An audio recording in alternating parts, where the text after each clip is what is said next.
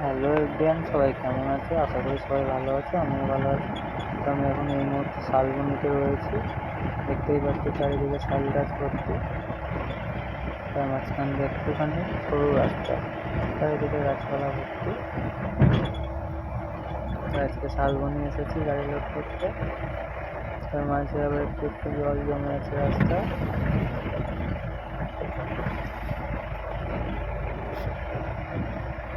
জায়গাটা just wow লাগছে, দেখতেই পাচ্ছো তোমরা। খুব খুব সুন্দর লাগছে জায়গাটা। এই যে মাঠ, এদিকে জঙ্গল, দেখতেই পাচ্ছি শাল গাছে ভর্তি। দেখো চারিদিকে শাল গাছ আর মাঠে ভর্তি।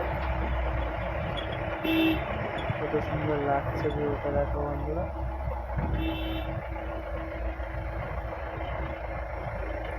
এরপর আমাদের গাড়িতে অল্প কিছু শাল পাতা লোড হয়েছে। দেখতেই পাচ্ছ অল্প কিছু পাতা লোড হয়ে গেছে গাড়ির মধ্যে।